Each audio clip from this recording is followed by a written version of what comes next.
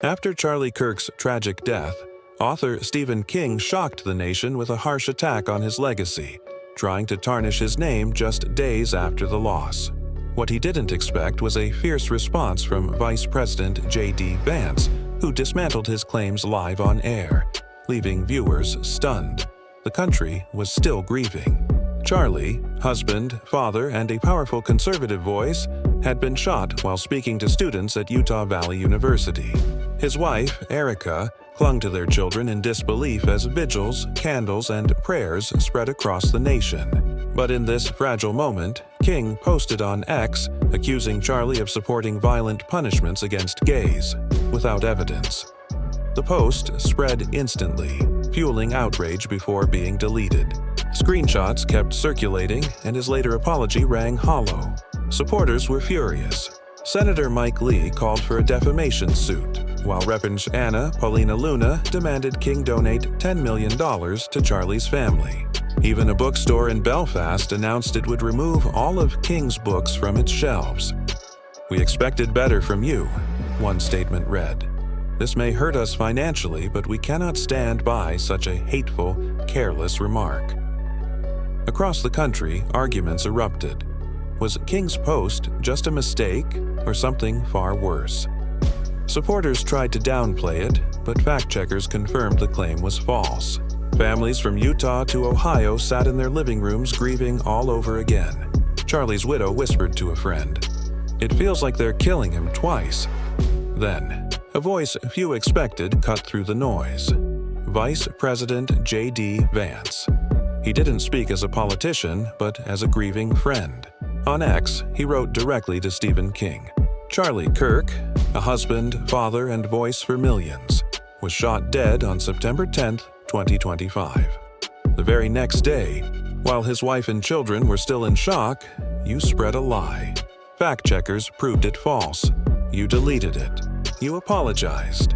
But apologies mean little when the damage is already done. His words struck like lightning. "Words can kill," Vance continued. And yours, amplified by your platform, poured gasoline on a fire already burning across this nation. The post went viral instantly. People paused, reading it out loud with trembling voices. Some whispered. Finally, someone said it. Cable news cut into regular programming to display his message. As a bold headline flashed, Vice President Vance responds. In living rooms from Utah to Texas, parents struggled to explain to their kids why anyone would slander a man who had just died. Charlie's old friends read Vance's post again and again, tears in their eyes. What struck people most wasn't his title, but his heart. He didn't sound like a politician carefully weighing every word. He sounded like a friend who could no longer stay quiet. Social media erupted. Hashtags like Eat Your Stand with Vance and Irish Justice for Charlie trended across platforms. For the first time since Charlie's assassination, grief gave way to a flicker of hope. But the battle was only beginning. By evening, CNN aired a live segment featuring Stephen King's spokesperson to defend his apology. To everyone's surprise, J.D. Vance agreed to appear in person. America tuned in. Screens glowed in diners, airports, and homes as the anchor began his question. But Vance cut in immediately, his voice trembling with emotion. Not fear, but anger. "Stephen King didn't just make a mistake," he said, staring into the camera. "He smeared a dead man, my friend, while his family was still mourning. That isn't an error. That's cruelty." The studio went silent. Even the anchor, known for sharp challenges, leaned back. Viewers felt chills as Vance pressed on. "Words don't disappear because you delete them. 30 million people saw that lie. Many will believe it forever." And for the first time in years, Stephen King, watching from his home, looked shaken. The backlash he dreaded had arrived, and it was unfolding live before millions. "Trump, conservatives, you've mocked them all," Vance said firmly. "And now, in our darkest hour, you mocked Charlie. You claim to regret it. But regret without sacrifice means nothing." The anchor tried to interrupt, but Vance pushed forward. "If you're sincere, prove it. Create a Charlie Kirk fund. Start it with $1 million of your own dollars. Use your platform to heal, not to wound," the studio gasped. This wasn't politics, it was a challenge. His voice grew sharper. Your apology is nothing compared to Erica Kirk's tears as she held her children. Nothing compared to the pain of watching a father's coffin carried through the streets. If you believe in decency, show it. If not, then every word you've ever written is as empty as that deleted post. Viewers across the country sat frozen. Some clutched their hearts, others sobbed. The tables had turned, and Stephen King was left in stunned silence. In the control room, producers debated cutting to commercial. But the anchor, visibly shaken, motioned to keep rolling. Vance continued, his tone raw and unpolished. Charlie wasn't perfect, none of us are. But he loved this country. He loved his wife. He adored his children. And on the day he was murdered, Stephen King chose to stain that love with a lie. Families at home sat in silence. Some prayed, others wept. Watching from her living room, Erica Kirk held her children close, tears streaming down her face. For the first time since Charlie's death, she felt less alone. Someone powerful was defending her husband. The studio was so quiet, the hum of the lights was audible. Even Vance's critics couldn't dismiss the sincerity in his voice. This wasn't just an interview anymore, it was a reckoning. Within minutes, clips of his fiery rebuke exploded across social media, captioned with phrases like, "This is leadership," and "Vance humbles Stephen King." Even people who rarely followed politics were drawn in. Grocery clerks watched from break rooms, truckers tuned in on the road, and high school students passed clips between classes. The nation wasn't just watching, it was feeling it. Elon Musk shared the video with 4 words. "This is what courage looks like." It hit millions of views in minutes. Meanwhile, the backlash against Stephen King deepened. Bookstores debated pulling his novels, and furious fans filmed themselves tossing his books into trash bins. A post from Belfast Books went viral. "We thought we knew you, Stephen. We were wrong." But behind the cameras, Vance wasn't celebrating. His staff noticed his hands trembling as he gripped his phone. "This isn't politics," he said quietly. "This is about Charlie, about truth. If I don't defend him, what kind of friend am I?" Those private words soon echoed far beyond the room. When King's spokesperson finally spoke, the audience leaned in. But nothing could match what had just been said. Vance struck again. "Stephen, you don't need another apology. You need repentance. You need to undo the harm you've caused. Until then, your words are poison." Gasps swept the studio. The spokesperson stuttered, powerless against the weight of Vance's words. Across the country, viewers wept. Veterans at an Ohio VFW hall saluted the TV. Mothers tucked their children in, whispering, "Remember his name." Online, a single phrase began trending worldwide. Charlie deserved better. By the end of the night, the smear had backfired. Stephen King, once untouchable, was on the defensive. And J.D. Vance, speaking not as a politician but as a grieving friend, had become the voice of America's pain and defiance. From Iowa diners to Florida church groups, people sat in silence, many with tears in their eyes. Families prayed for Charlie's loved ones while parents told their children, "This is what a true friend looks like."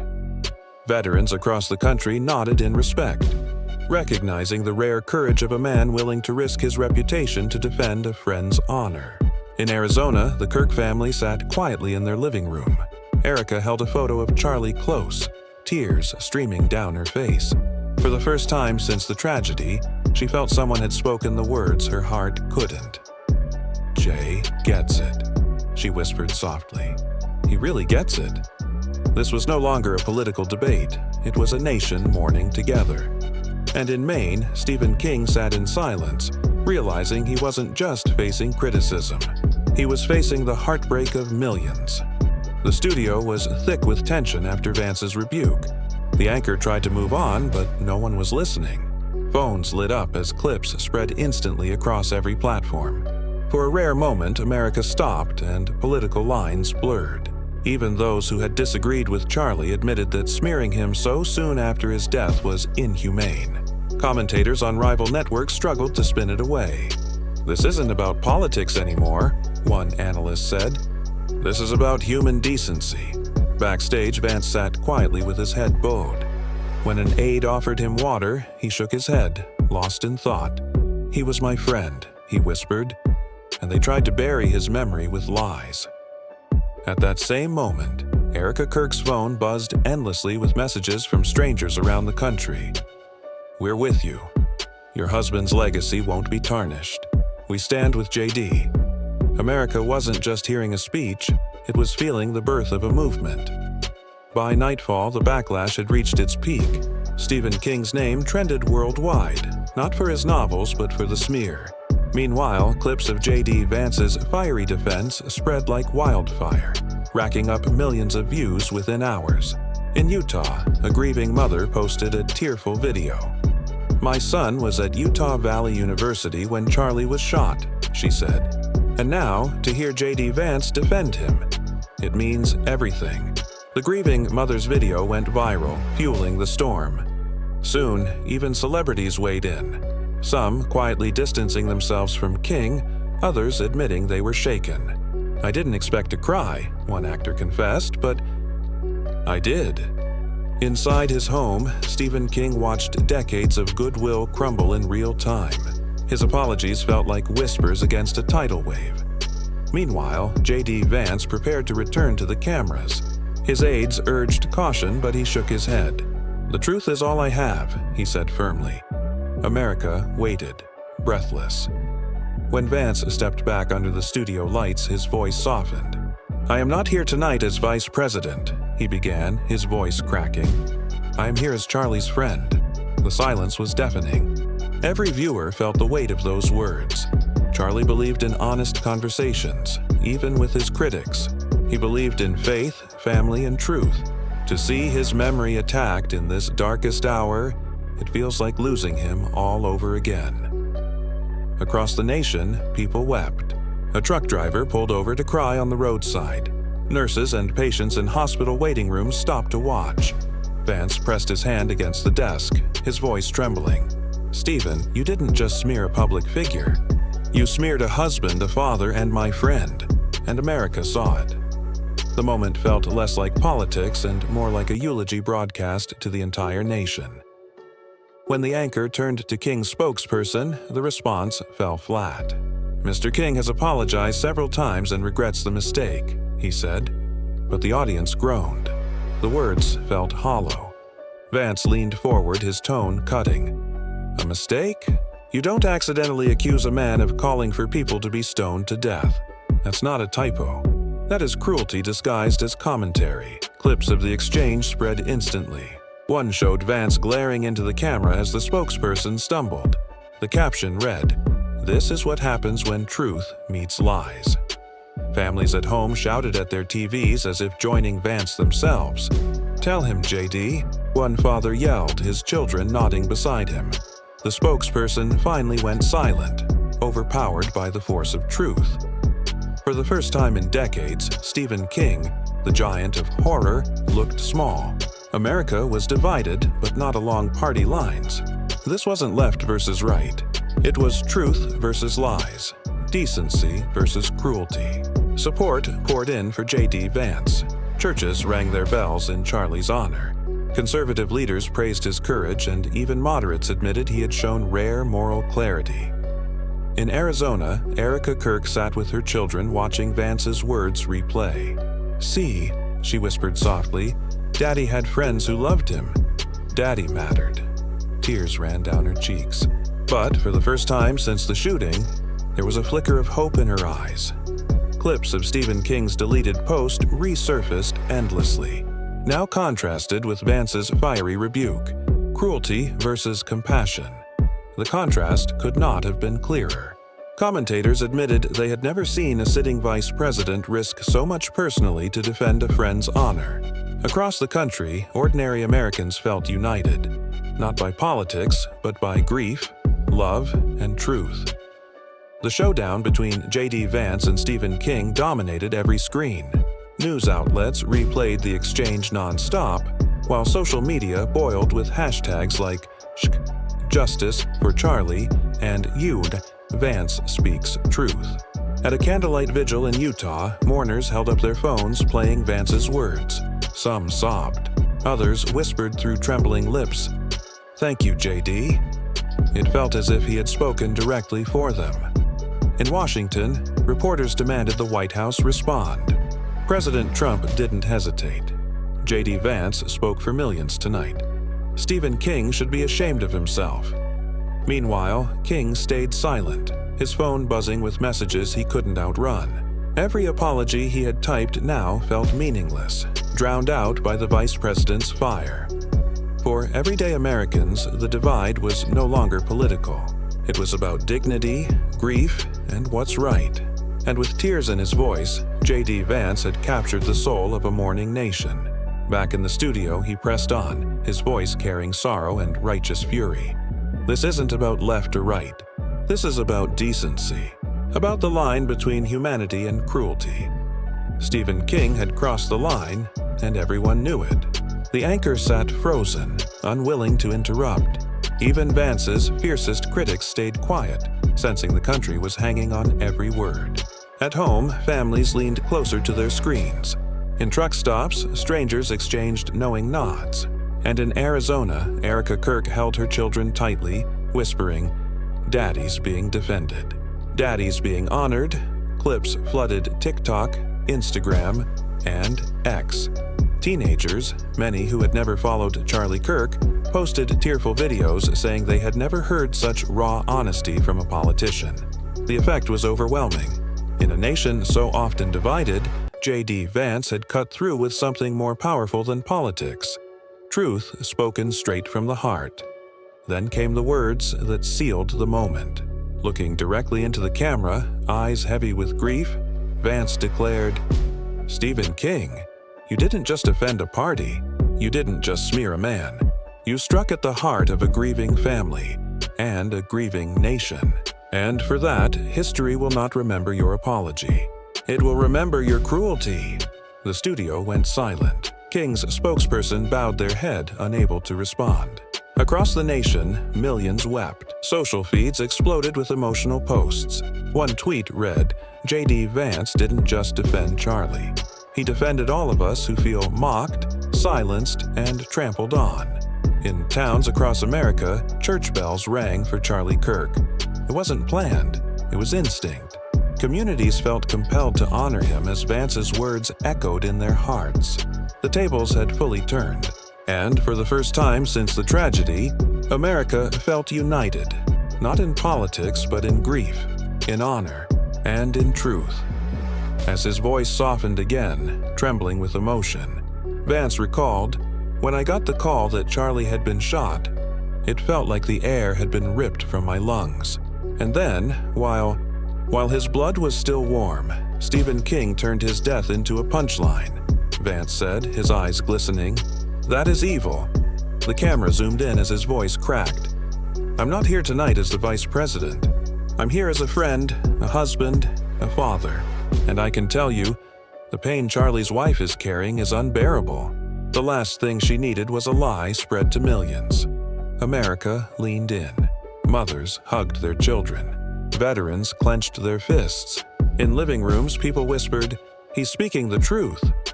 Backstage, aides noticed Vance's hands shaking, but his words never faltered. Grief had become strength, and the nation could feel it. In Arizona, Erica Kirk sat on the couch with her children. Her youngest clutched a teddy bear, too young to understand but sensing the weight of the moment. Her oldest whispered, "Mommy, why would someone say lies about Daddy?" Erica pulled them close.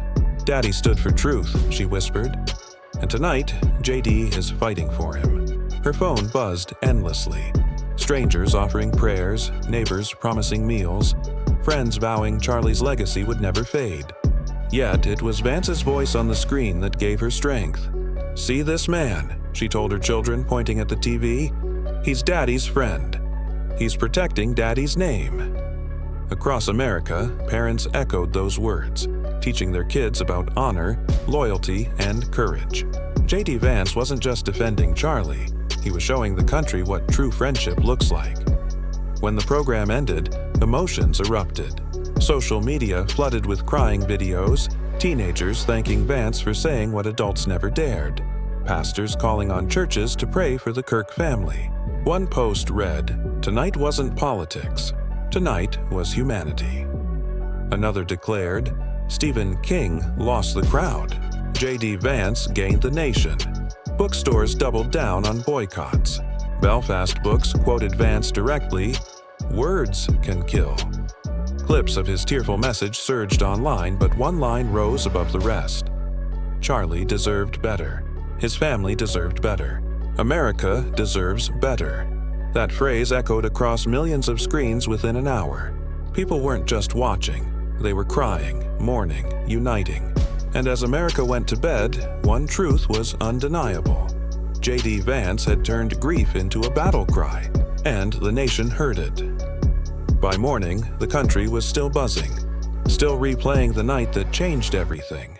Channels across the spectrum, left, right, and center, played the clash between J.D. Vance and Stephen King on repeat. Even commentators usually critical of the administration admitted they couldn't ignore the power of Vance's words. In a coffee shop in Ohio, strangers gathered around a laptop, replaying the clip. An elderly woman wiped tears from her eyes. "That's the first time I've heard a leader sound human in years," she said softly. Around her, others nodded in quiet agreement. In schools, teachers whispered about the exchange between classes. Some even played parts of it during civics lessons, telling students, "This is what loyalty and friendship look like in real life." Bookstores overseas joined Belfast in pulling King's novels, calling his post a cruel wound on the grieving. For the first time, his global reputation began to falter. But Vance wasn't celebrating. Alone in his office, he stared at a framed photo of himself with Charlie and whispered, "I hope I did right by you." On morning shows, King's defenders tried to spin the post as satire or claim it was taken out of context. But the country wasn't buying it. Every excuse landed like another insult to the Kirk family. One analyst hit back hard. "You don't smear a man within hours of his death. You don't call it satire when children are crying over their father's coffin. This is cruelty, plain and simple." Vance's line from the night before, "Apologies feel weightless when the damage is carved into stone," was now quoted everywhere, from church pulpits to TikTok captions. Even Hollywood figures began distancing themselves from King, calling his words disgraceful. The cultural tide was shifting, and fast. Amid the storm, Erica Kirk issued a short statement through a friend. "We are broken, but we are thankful for those standing up for Charlie's truth." Those words only deepened the nation's resolve. America understood Vance wasn't speaking as a politician. He was speaking as a friend. That evening, he appeared again, this time at a nationally televised town hall. The studio was packed. Millions tuned in. He stood at the podium, his tone unpolished but raw with grief.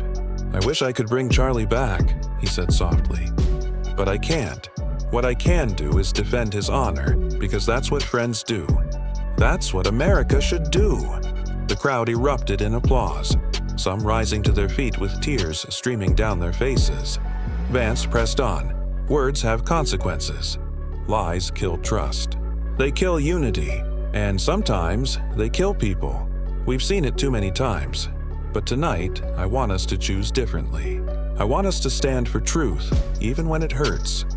Viewers at home wept. Families prayed.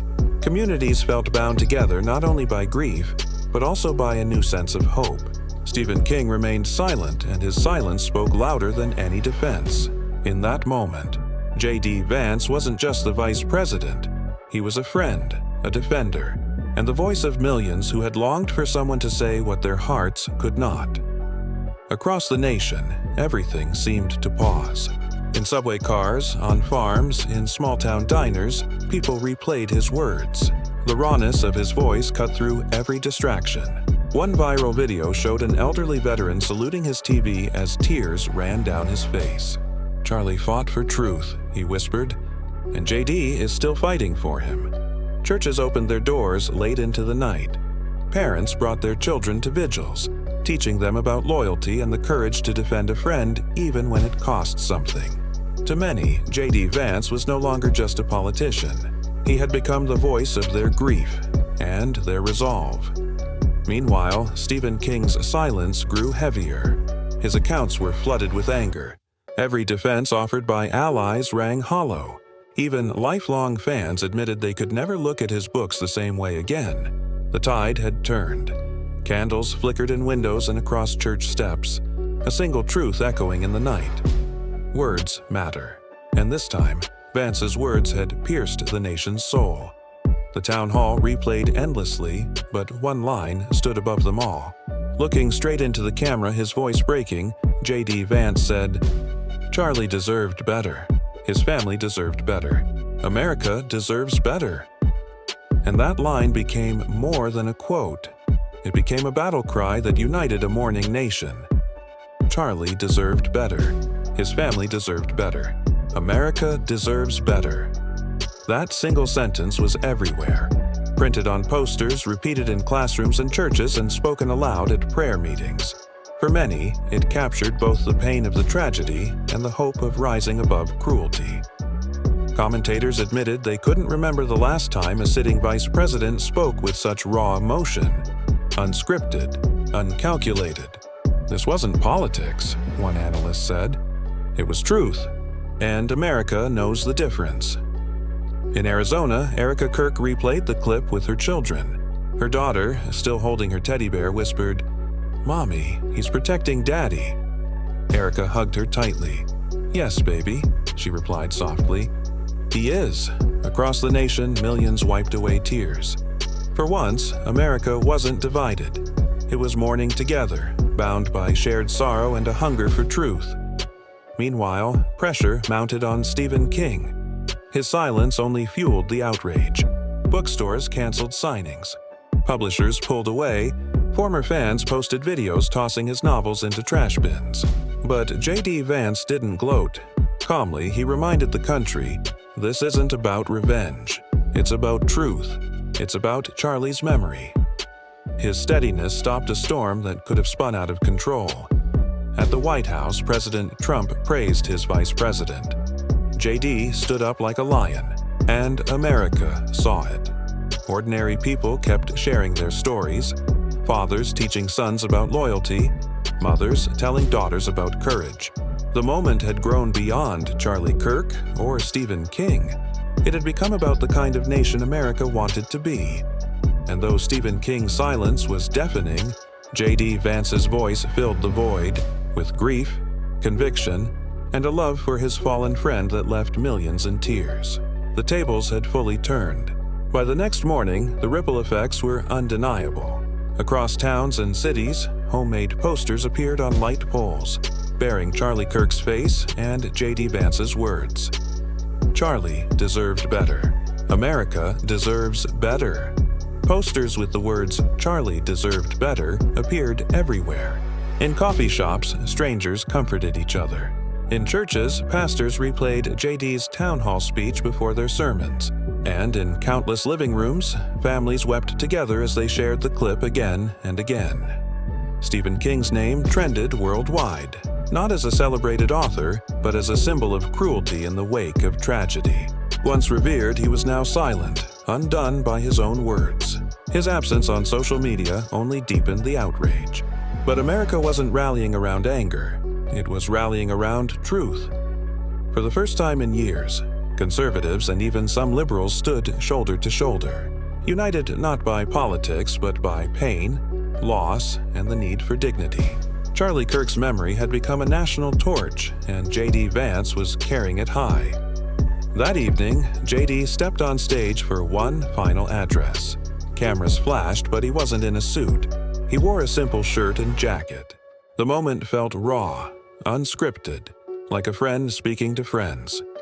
Looking into the camera, his voice steady but heavy with grief, he said, "I am not speaking tonight as vice president. I am speaking as Charlie's friend.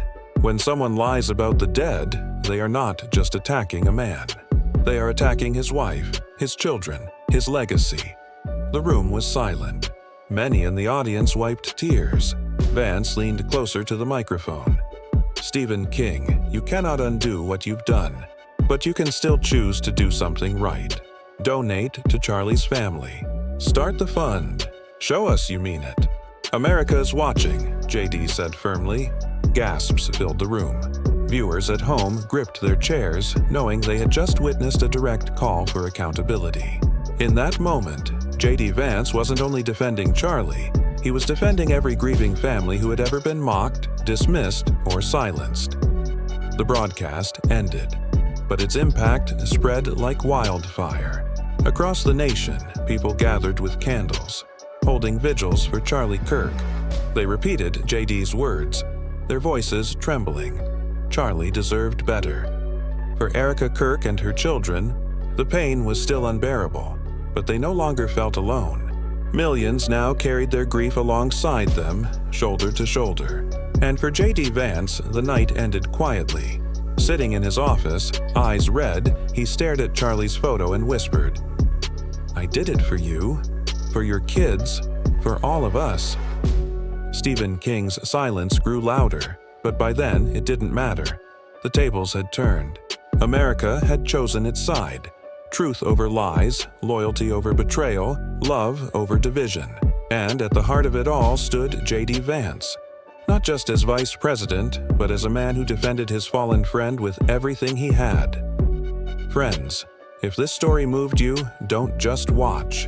Be part of it. Tap the like button, share your thoughts in the comments, and subscribe so you never miss stories told with courage and heart.